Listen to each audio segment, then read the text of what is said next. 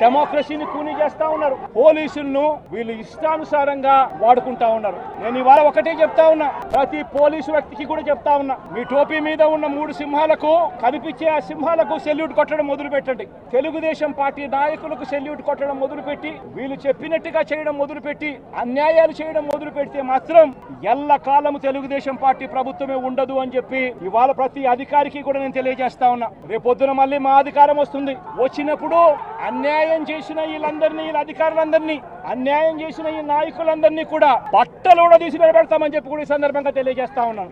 ఎవరిని వదిలిపెట్టేది ఉండదు. ఇదే వంశీని అరెస్ట్ చేసేటప్పుడు సిఐ అన్నాడట, నేను 1.5 సంవత్సరంలో రిటైర్ అయిపోతాను అని చెప్పి. రిటైర్ అయిపోయినా కూడా సప్త సముద్రాల అవతల ఉన్నా కూడా మొత్తం అందరినీ కూడా పిలిపిస్తామని చెప్పి కూడా ఈ సందర్భంగా చెప్తా ఉన్నా.